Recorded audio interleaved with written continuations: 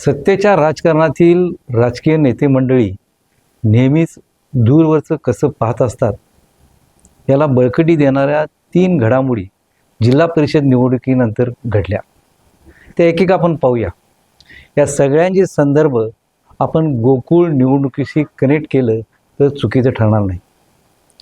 पहिली घटना म्हणजे जिल्ह्याच्या राजकारणात नेहमीच किंगमेकरच्या भूमिकेत वावरणाऱ्या माजी आमदार महादेवराव महाडिक यांचा एका कार्यकर्त्याला निवडणुकीच्या मदतीसाठी केलेला एक कॉल सध्या प्रचंड व्हायरल होतोय. अर्थातच त्याला जिल्हा परिषदेतील निवडणुकीचे संदर्भात आहेत खरे, परंतु त्यांचा निशाणा दिसतोय तो गोकुळ निवडणुकीवर. जिल्हा दूध संघ अर्थात गोकुळ हे एक राजकारण्यांचं आर्थिक बलस्थान व मोठं सत्ता केंद्र. महाडिक साहेब काय म्हणतायत ते प्रथम ऐकूया. महाडिक साहेब बोलतात. अनिल साहेब नमस्ते. नमस्ते साहेब. नमस्कार. नमस्कार. महाडिक बोलतोय. महाडिक. नमस्कार साहेब. बीडचा राजू तुम्हाला माहित आहे? होय होय. आता उभा राहिलेला आहे. बरोबर. विश्वास पाटलाच्या उलटा उभा राहिलाय. बरोबर आहे साहेब. तर त्याला मदत करावी लागते. चालेल साहेब. ही मदत बीडच्या महादेवाला मदत मिळाल्यासारखी मदत होणार नाही. एक चांगल्या माणसाला तुम्ही मदत करता साहेब तुम्ही सांगितलं समाधान, हे तुम्हाला एक मानसिक समाधान मिळेल. तुम्हाला समाधान दुसऱ्या माणसाला मिळून काय होणार नाही. तुमचा शब्द साहेब आम्ही पाडू देत नाही. माझं मी करून घेतो. थँक्यू. ठीक आहे. Okay thank you. काही मला काम सांगायचं कुठलंही करतो साहेब. इथं मी कारखान्यावर यायचं काम सांगायचं. ऐकलं? महादेवराव महाडिक यांचे डायलॉग नेहमीच गाजत असतात. कधी प्रतिस्पर्ध्याला आव्हान देण्यासाठी म्हणतील की मी देवांचा देव महादेव आहे हे विसरू नका, किंवा म्हणतील की जंगलात वाघ एकटाच असतो. हे त्यांचे डायलॉग फेमस आहेत. पण आता झालेल्या व्हायरल कॉल संभाषणात मात्र महादेवराव महाडिकांनी जाणीवपूर्वक बीडच्या सुप्रसिद्ध महादेव मंदिराचा संदर्भ दिला आहे आणि मदतीची अपेक्षा केली आहे. व ही मदत म्हणजे बीडच्या महादेवाला मदत केल्यासारखी आहे असा निरोप सांकेतिक भाषेत दिला आहे.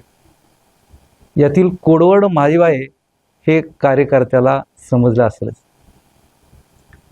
म्हणजेच या कॉलवरून लक्षात येते की येत्या 2 महिन्यात होणाऱ्या गोकुळ निवडणुकीचे रणशिंग त्यांनी फुंकले हे यातून स्पष्ट होते.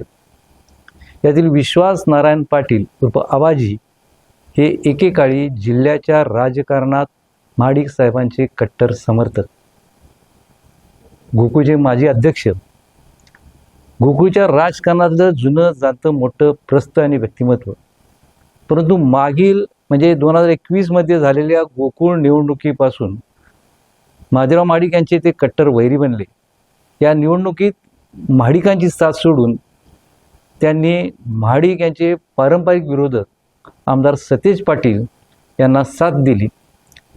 त्यामुळे आमदार सतेज पाटील हे महाडिक यांची 30 वर्षाची गोकुळमधील सत्ता उलटून टाकण्यात यशस्वी झाले.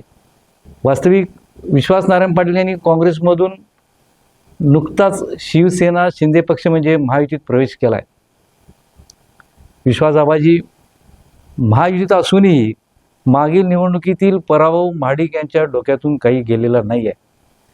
स्थानिक स्वराज्य संस्था किंवा गोकुळसारख्या निवडणुकीत पक्षीय राजकारणापेक्षा वैयक्तिक गटाचं वर्चस्व राखण्यात प्राधान्य राहते. म्हणूनच आपल्या राजकीय शत्रूला खिंडीत रोखण्यासाठी राजकारणात वेळेला देखील फार महत्त्व असतं.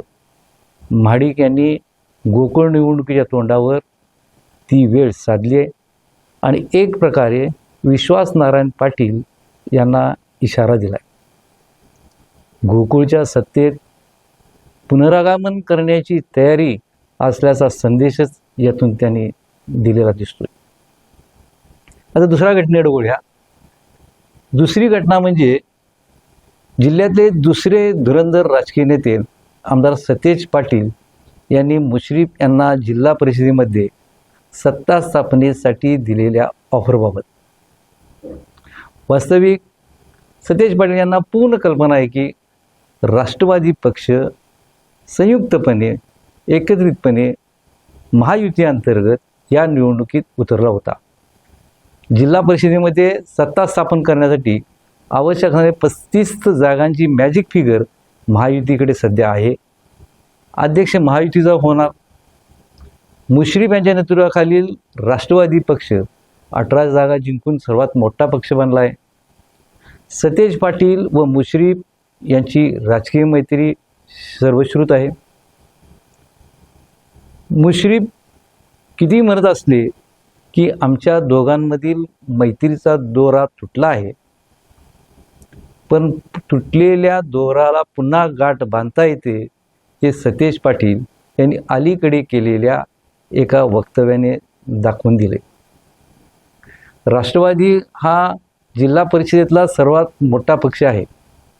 हा धागा पकडत जिल्हा परिषदेमध्ये सत्ता स्थापनेसाठी मंत्री हसन मुश्रीफ यांना काँग्रेसची मदत हवी असल्यास ती देण्याचा आम्ही विचार करू असे विधान करून आमदार सतेज पाटील यांनी महायुतीत खळबळ उडवून दिली आणि एक प्रकारचा संभ्रम निर्माण केला आहे. त्यांनी मुत्सद्दीपणे पुढे असंही सांगितलं की भविष्यात राजकारणात काही होऊ शकते, उद्याचा डाव मी आज कशाला ओपन करू. हे मात्र खरे की सध्या मुश्रीफ यांची अवस्था महाभारतातल्या भीष्मासारखी झाली आहे. जिल्ह्यातल्या राजकारणातलं मुरब्बी व्यक्तिमत्व असूनही राजनिष्ठेसाठी संघर्षात अडकलेलं व्यक्तिमत्व असंच त्यांचं वर्णन करावं लागेल. प्रतिकूल राजकीय परिस्थितीमुळे म्हणा किंवा दबावाच्या राजकारणामुळे म्हणा किंवा राजकीय अपरिहार्यता म्हणा, सध्या तरी मुश्रीफ सतेज पाटील यांना साथ देऊ शकत नाही हे वास्तव आहे. पण काही चमत्कार झाला तरच गोकुळसह पुढील राजकारणात मुश्रीफ व सतेज पाटील एकत्र येऊ शकतील इतकंच आता म्हणावं लागेल. तिसऱ्या घटनेत पालकमंत्री प्रकाश आंबेडकरांची एंट्री होते. या सगळ्यांचा संदर्भ त्यांच्याकडे आहे.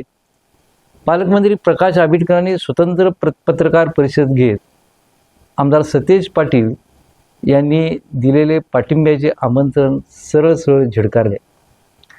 जिल्हा परिषद निवडणूक आम्ही महायुती म्हणून एकत्र लढवली होती, ती आम्ही जिंकलेली आहे. त्यामुळे अध्यक्ष महायुतीचाच होणार आणि आम्हाला कोणाच्या पाठिंब्याची गरज नाही. सतेज पाटील यांच्या वक्तव्यामुळे निर्माण झालेला संभ्रम दूर करण्याचा त्यांनी प्रयत्न केला आहे. त्यामुळे गोकुळची आगामी निवडणूक ही महाडिक यांच्या अस्तित्वाची तर सतेज पाटील यांच्या दृष्टीने गोकुळवर वर्चस्व टिकवण्याची लढाई असेल. स्थानिक स्वराज्य संस्था निवडणुकीतील यशामुळे महायुतीने आक्रमक पवित्रा घेतला आहे. भविष्यात गोकुळ निवडणुकीच्या निमित्ताने कोणती नवीन समीकरणे आकारला येतील हे सांगता येत नाही. राज्य नेतृत्वाच्या आदेशानुसार ही निवडणूक बिनविरोध होईल अथवा ज्या पद्धतीने स्थानिक स्वराज्य संस्था निवडणुकीत आमदार सतेज पाटील यांनी एकाकी झुंज दिली तशीच ती गोकुळसाठी नवी लढाई उभी करतील हे सगळे पाहावं लागेल. मात्र या पाठोपाठ घडलेल्या या 3 घडामोडीचे संदर्भ हे गोकुळ निवडणुकीशी जोडले गेलेले आहेत. तात्पर्य जिल्हा परिषद निवडणुकीनंतर सर्व नेत्यांना आता वेध लागले आहेत ते गोकुळच्या निवडणुकीचे हे मात्र निश्चित. धन्यवाद.